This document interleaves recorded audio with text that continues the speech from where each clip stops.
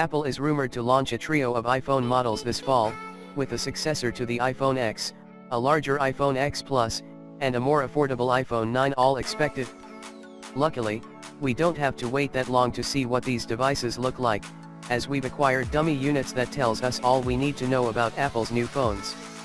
The most exciting release will be Apple's iPhone X Plus, not the final name, which will essentially be a larger iPhone X, complete with a notch and dual camera setup. The dummy unit doesn't turn on, of course, but it does give insight as to what the handset will feel like when it launches. Compared to Apple's iPhone 8 Plus, the iPhone X Plus feels nearly identical in terms of size. To our eyes, it looks like the two phones share the same dimensions, with one key difference: the iPhone X Plus is expected to feature a massive 6.5-inch display.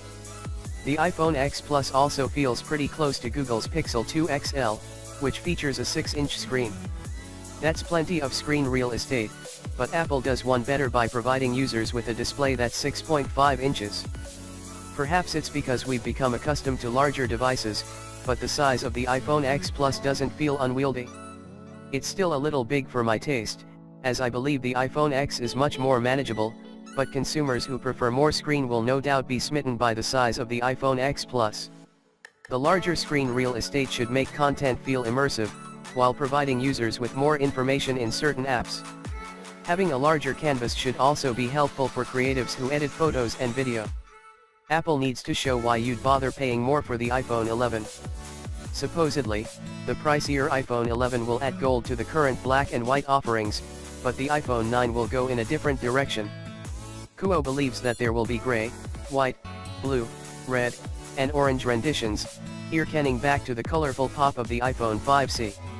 Except, classier.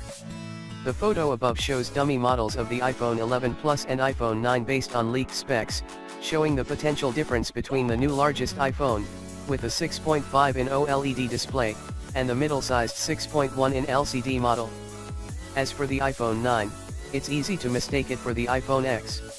It features a display notch, all-glass design, and a style that's nearly identical. The only discernible difference is that it has a single camera on the back. Instead, it's sticking with an LCD panel, just like every other iPhone before the iPhone X, which means a bit weaker contrast and less vibrancy than OLED is capable of.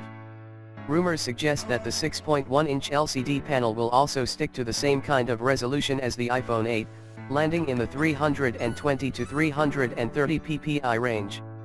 That seems like a major misstep to us, if true. Increase that to 6.1-inch and it's only going to be worse. Using a 1080p panel for that size would be fine. We've seen plenty of 6-in 1080p panels and they're quite good.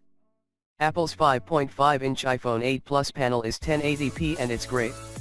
As for the bezel surrounding the screen, we've heard conflicting things. A purported glass panel leak for all three upcoming iPhone models suggests a thicker bezel for the 6.1-in iPhone 9. However, a more recent report claims that the new full active display LCD panel from Japan Pixels, which is what is purportedly being used here, allows for even slimmer bezels than OLED panels. Which is it, then? Logically, we can't imagine that Apple will make the iPhone 9's bezel smaller than the iPhone X or XL, since that suggests a feature improvement for the cheaper, entry-level phone. In our view, they'll either be identical or the iPhone 9's bezels could be a hair thicker.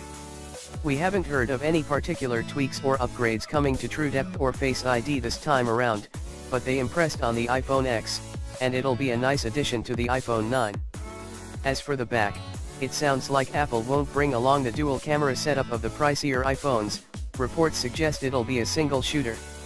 Granted, the iPhone 8 had a great main camera itself, so it's sure to be a quality option. But that's just another thing that will seemingly set this model apart from the iPhone 11 versions. Unsurprisingly, that looks to hold true again for the iPhone 9.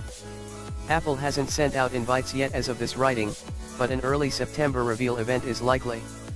Maserkopf reports that German retailers expect a September 14th pre-order date for the phone, which means it would likely release 1 week later on Friday, September 21st.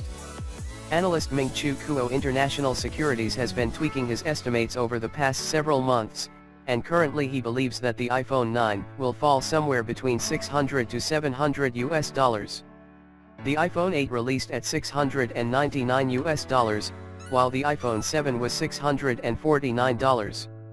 We've seen rising smartphone costs across the board over the last couple years, especially with the iPhone X, but if Kuo is correct, Apple may stem that tide by delivering an iPhone X-esque experience at the familiar, standard iPhone cost.